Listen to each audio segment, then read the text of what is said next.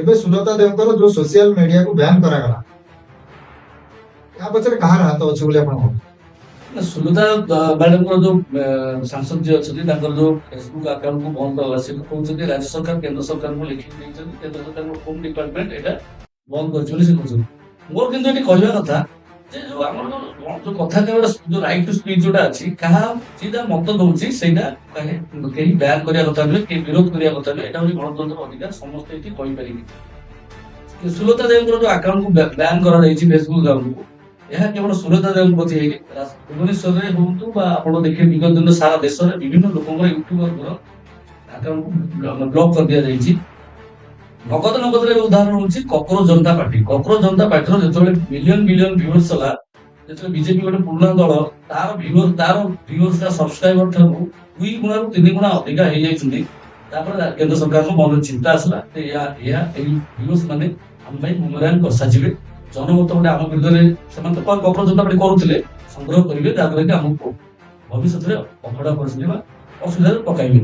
ତେଣୁ କେନ୍ଦ୍ର ସରକାର ତାକୁ ବ୍ୟାନ୍ କରିଦେଲେ। କେବଳ ସୁଲତା ଦେବଙ୍କର ଆକାଉଣ୍ଟ ବ୍ୟାନ୍ ହେଇନି, କକରୋଜ ଜନତା ପାର୍ଟିର ଆକାଉଣ୍ଟ ବ୍ୟାନ୍ ହେଇଛି। ଆଉ ଗୋଟେ କଥା ମୁଁ କହୁଛି, ସୁଲତା ଦେବ ଯୋଉ ଭିଡିଓ ପକଉଥିଲେ, ଏହା ଦ୍ୱାରା ବି ରାଜ୍ୟ ସରକାର ଆପଣ ଦେଖନ୍ତୁ ବିଭିନ୍ନ ସମୟରେ ଅପଦସ୍ଥ ହଉଥିଲେ। ସେ ବିଭିନ୍ନ ଆଇନ ଶୃଙ୍ଖଳା ପରିସ୍ଥିତି ନେଇ ପକଉଥିଲେ। ଶ୍ରୀମନ୍ଦିରରେ ପକେଇଥିଲେ ଭିଡିଓ, ଯୋଉ ଟାଇମରେ ଚୋର ଚୋର ବୋଲି କହିଥିଲେ ମନ୍ତ୍ରୀ ଯାଉଥିଲେ। ତାପରେ ଅଣାକଟା ଯୋଉ ହେଇଥିଲା ବ୍ରହ୍ମପୁରରେ, ଗଞ୍ଜାମରେ ଯୋଉ ହତ୍ୟାକାଣ୍ଡ, ନୟାଗଡ଼ ହତ୍ୟାକାଣ୍ଡ, ଯୋଉ ସବୁ ହତ୍ୟାକାଣ୍ଡ ହେଇଥିବ, ତାର ସେ ସିଧାସଳଖ ଭିଡିଓ ଗୁଡା ସେ ସୋସିଆଲ ମିଡିଆରେ ଛାଡୁଥିଲେ, ଯୋଉଦ୍ୱାରା କି ଆଇନ ଶୃଙ୍ଖଳା ପରିସ୍ଥିତି ନେଇ ରାଜ୍ୟ ସରକାରଙ୍କ ଦକ୍ଷତା ପ୍ରଶ୍ନ ଉଠୁଥିଲା, ପୋଲିସର କାର୍ଯ୍ୟକ୍ଷମତା ଉପରେ ନେଇ ପ୍ରଶ୍ନ ଉଠୁଥିଲା। ସରକାର ମଧ୍ୟ ଅପଦସ୍ଥ ହଉଥିଲେ। ସରକାର ଏହାକୁ ଯୋଜନା କରିଥିଲେ ଯେ ଏ ଆକାଉଣ୍ଟ ବ୍ଲକ୍ ନ କଲେ ଆମେ ଅସୁବିଧାରେ ପଡିବା, କାରଣ ରାଜ୍ୟର ଜଣେ ସେହି ସାଂସଦ ଏଇ ସବୁ ଭିଡିଓ ସେ କୋଉଠି ପାଉଥିଲେ ଆମେ ଜଣା ନାହିଁ, କାରଣ ନିଶ୍ଚିତ ଭାବେ ତାଙ୍କୁ ଲୋକାଲ ଲୋକ ବି ଦଉଥିବେ, ସେ ହିଁ ଫେସବୁକରେ ସେୟାର କରୁଥିଲେ। ତା ପରବର୍ତ୍ତୀ ସମୟରେ ତାଙ୍କ ଭିଡିଓ ଦେଖିବେ ଲକ୍ଷାଧିକ ସଂଖ୍ୟାରେ ଭିଡିଓ ସେୟାର ହଉଥିଲା, ମିଲିୟନ୍ସରେ ଭିଉଅର୍ସ ଲୋକମାନେ ଦେଖୁଥିଲେ।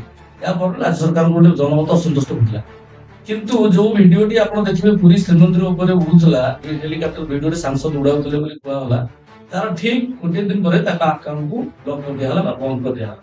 କିନ୍ତୁ ସେ ଭିଡିଓଟା ମୁଁ ବି ଦେଖିଛି, ସେ ଭିଡିଓରେ କୌଣସି ଶ୍ରୀମନ୍ଦିର ଉପରେ କୌଣସି ସେ ଭିଡିଓରେ ନାହିଁ, କେବଳ କିଛି କୋଠା ବାଡି ଦେଖାଯାଉଛି, ତା ସହିତ ସମୁଦ୍ର।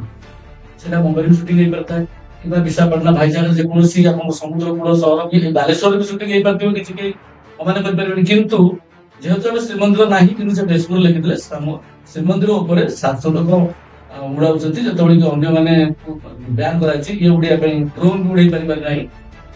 ତେଣୁକରି ଏଇଟା ମିଛ ଇନଫର୍ମେସନ ଯେହେତୁ ହେଇଛି, କେନ୍ଦ୍ର ସରକାର ଏହା ଉପରେ ରିପୋର୍ଟ ମାରିଥିବେ, ଯୋଉଟା ଅଛି ଫେସବୁକ ସୋସିଆଲ ସାଇଟ୍ ପେଜରେ ଜଣେ ଏହାକୁ ରିପୋର୍ଟ ମାରିପାରିବ। ଫଲ୍ସ ଇନଫର୍ମେସନ ଯୋଉ ଅଛି ସେ ବିଷୟରେ ତାଙ୍କୁ କରାଯାଇ ପାରିଥାଏ।